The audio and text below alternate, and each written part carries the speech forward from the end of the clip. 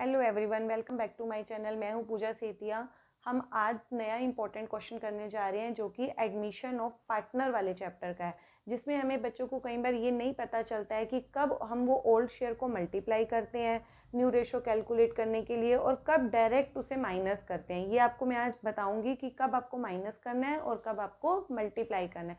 MCQ question है हमारा छोटा सा, मैं रीड करने जा रही हूँ, आप स्क्रीन पर देखो। X and Y were partner sharing profit in the ratio of 3:2। ये इनकी ओल्ड रेशो दी हुई है। Z was admitted as a new partner for 1/5 share. Z नया पार्टनर आया, उसको कितना शेयर लेना है? 1/5 लेना है। X sacrifice 3/20 from his share and Y sacrifice 1/20 from his share in favour of Z।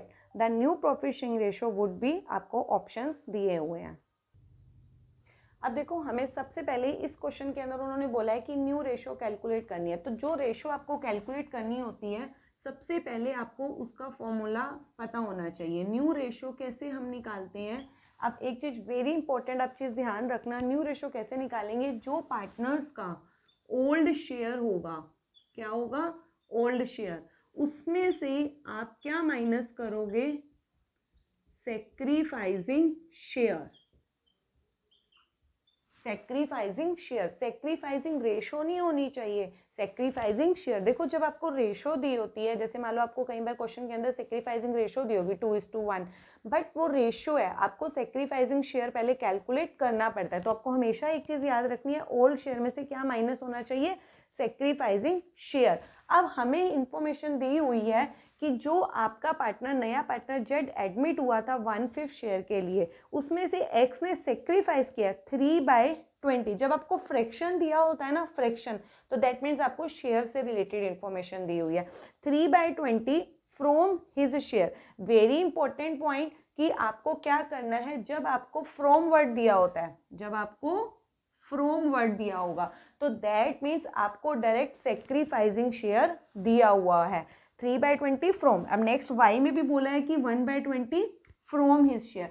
जब फ्रॉम वर्ड दिया है, फ्रॉम का मतलब क्या होता है कि उसने अपने में से इतना पैसे या इतना शेयर दे दिया, तो इसका मतलब उसने वही वाला पॉइंट दिया है जितना उसने सेक्रीफाइस किया है। तो आपको क्या होगा? एक्स का सेक्रीफाइस, एक्स का सेक्रीफाइस आपको 3/20 गिवन है। ये 3/20 क्या है? आपका सेक्रीफाइसिंग शेयर। ऐसे ही y का भी आपको गिवन है 1/20। y का भी कितना हो गया? 1/20। तो बस हमें क्या करना है, जब आपको फ्रॉम वाला दिया हो तो आपको डायरेक्ट सेक्रीफाइस शेयर दिया हुआ है। अब हम सीधा न्यू रेशो कैलकुलेट कर लेंगे एक्स की। एक्स का क्या है? Old share. ओल्ड शेयर कैसे होगा? जो आपको ये रेशो दी हुई है इसका 3/5। 3/5, उसमें से इसने कितना सेक्रीफाइस किया? 3/20।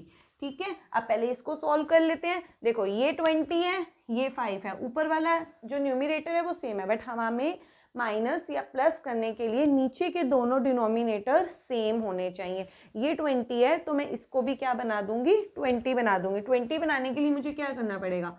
4 से मल्टीप्लाई करना पड़ेगा। जो नीचे मल्टीप्लाई होता है वो सेम ऊपर भी मल्टीप्लाई होता है, तभी नीचे का डिनोमिनेटर सेम होता है। अब ये 5 4 द 20, ये भी 20, तो क्या आ गया यहाँ पे? 20, 3 4 द 12, 12 - 3 9। तो ये इनका क्या आ गया? न्यू शेयर आ गया। क्या आ गया?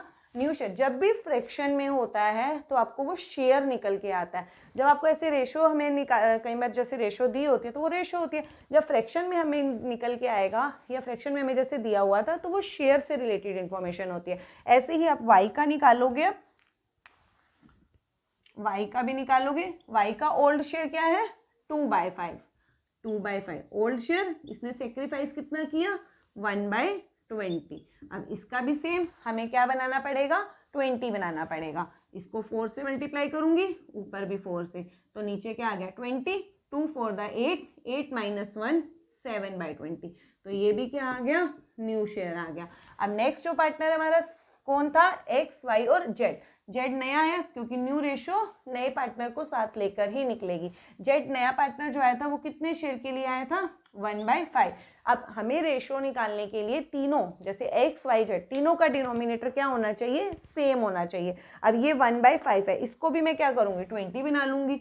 अगर 4 से मल्टीप्लाई किया नीचे तो ऊपर भी क्या होगा 4 से, तो 4/20। तो रेशो क्या आ गई 9:7:4, क्योंकि डिनोमिनेटर सेम है तो ऊपर वाली न्यूमिनेटर जो होगी वो रेशो होगी, that is the new ratio. हमारे ऑप्शन में ये वाला है भी ऑप्शन 9:7, तो इसका ऑप्शन क्या होगा ए होगा। तो बस आपको एक ही चीज ध्यान रखनी है, जब फ्रॉम वर्ड होता है तो आपको दैट मीन्स सेक्रीफाइसिंग शेयर दिए होते हैं और वही हमें कैलकुलेट करना होता है, ओल्ड रेशियर में से सेक्रीफाइसिंग शेयर माइनस कर दोगे।